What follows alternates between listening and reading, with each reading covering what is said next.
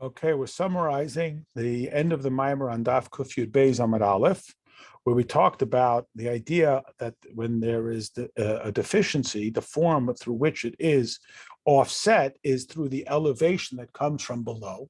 And this is what is alluded to with the two half shekels, the one that comes down into this physical world and elevates above. Then we started a new Maimer that attempts to explain this idea. And it talks about two levels of chesed.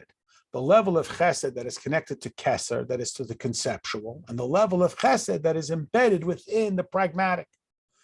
And the level of chesed as it combines with gevura that creates the quality of teferis. So it uses an analogy that just like in the male-female dynamic, when the male approaches the female, there can be closeness but not union. In order for there to be union, there has to be an instigation from the female that she has to feel a desire to be close with the masculine. So too, there is a level of keser that is innately detached from the physical, from malchus, from the pragmatic. And as long as it remains, it can be integrated with the character, with the zah, the ze'eranpin.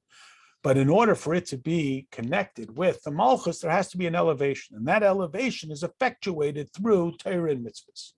And this is what we describe, this balance, like a seesaw, as one side goes lower, that is, we reach godliness down to the most profound, or down to the most naturally unwelcoming of godliness, the tachtin shen tachta lamata hemena, we are able to elevate that godliness to a closer and closer, higher and higher level.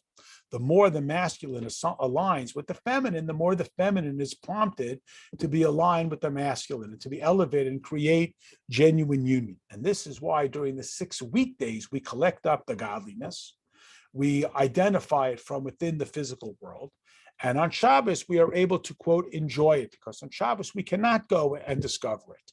And this is elaborated on with numerous mashalim and other methods of emphasizing this point, that the lower we reach, we bring the godliness, the higher it connects us with the infinity of Hashem. And these are the two halves of the shekel.